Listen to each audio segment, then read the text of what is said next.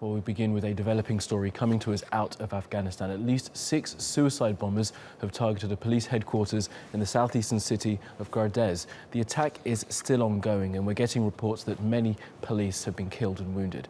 A doctor at a local hospital has confirmed that at least 20 civilians are among those who've been hurt. The Taliban have claimed responsibility. Well, for the latest, let's speak to Bilal Sarwary, who joins us from Kabul. Bilal, good to speak to you as always. So what do we know at this stage?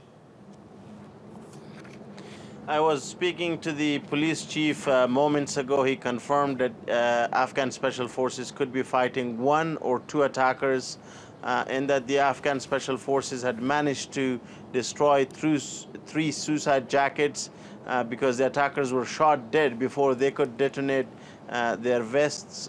We understand from a doctor at the main hospital that the number of civilians wounded in this attack could be much higher.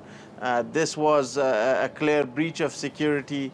At least 6 suicide attackers arriving and targeting 3 key buildings housing the police chief of Paktia, the Afghan special forces for the police in that region, the training academy, and the regional police command. So clearly this attack would send a very negative signal to the people in that region. And it was in Paktia almost 2 weeks ago when armed attackers targeted several government employees. They were praying in a mosque not very far from where this attack took place. So unfortunately, a very dangerous and demoralizing trend for the people of Afghanistan and for the government. And Bilal, as you mentioned, this happened in Paktia, and that's a stronghold of the Haqqani network. Tell us more about who they are and what this means for security of that particular region. Sirajuddin Haqqani is the leader of the Haqqani network, a Pakistan-based militant network. He's also the deputy head of operations for the Taliban. And since he has taken over as the deputy head of Taliban for operations, we have seen more lethal attacks. We have seen more deadly attacks in Kabul and in the provinces. And I think one of the worrying trends now is that the Taliban have taken over the villages, and now they're choking cities by launching these coordinated attacks. So far, these attacks are not only deadly, but they're quite successful. For example, in today's attack, the police academy was targeted. So many people in that province will be thinking twice before they are ready to send their brothers or family members to join the police or the Afghan National Security Forces. This is also a province that's very mountainous. It's dotted with deeply forested valleys. It's on the border with Pakistan's tribal agencies. The Afghan government is very weak there. There's very little when it comes to governance. And the Haqqani network has been able to successfully recruit fighters not only from Paktia but also from Paktika and host provinces. That makes the larger Paktia region known as the Lower Paktia.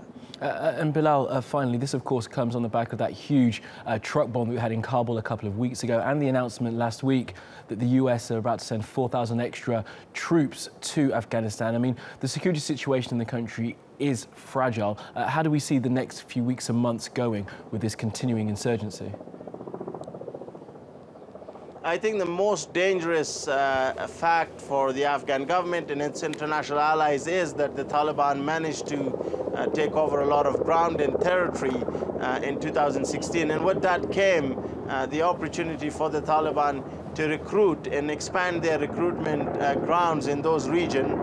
No doubt, if you speak to Afghan officials here in Kabul, they are now almost accepting that these complex attacks, these truck bombs, could be happening quite frequently, despite the fact that a number of these high-profile attacks have been foiled. But what these attacks also shows you that the Taliban are very determined to fight, that they are not keen for any peace talks, at least not for this summer, at least not for the next 6 months.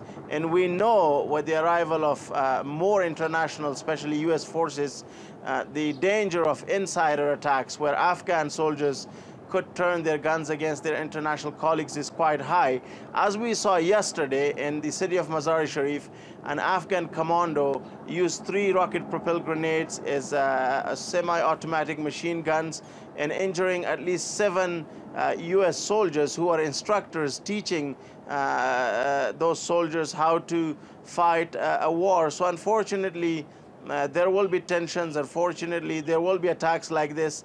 And every time these attacks happen, as I've said in the past, I think Afghanistan, the country and its people, will be the biggest losers. Okay, Bilal in Kabul, thanks for that update.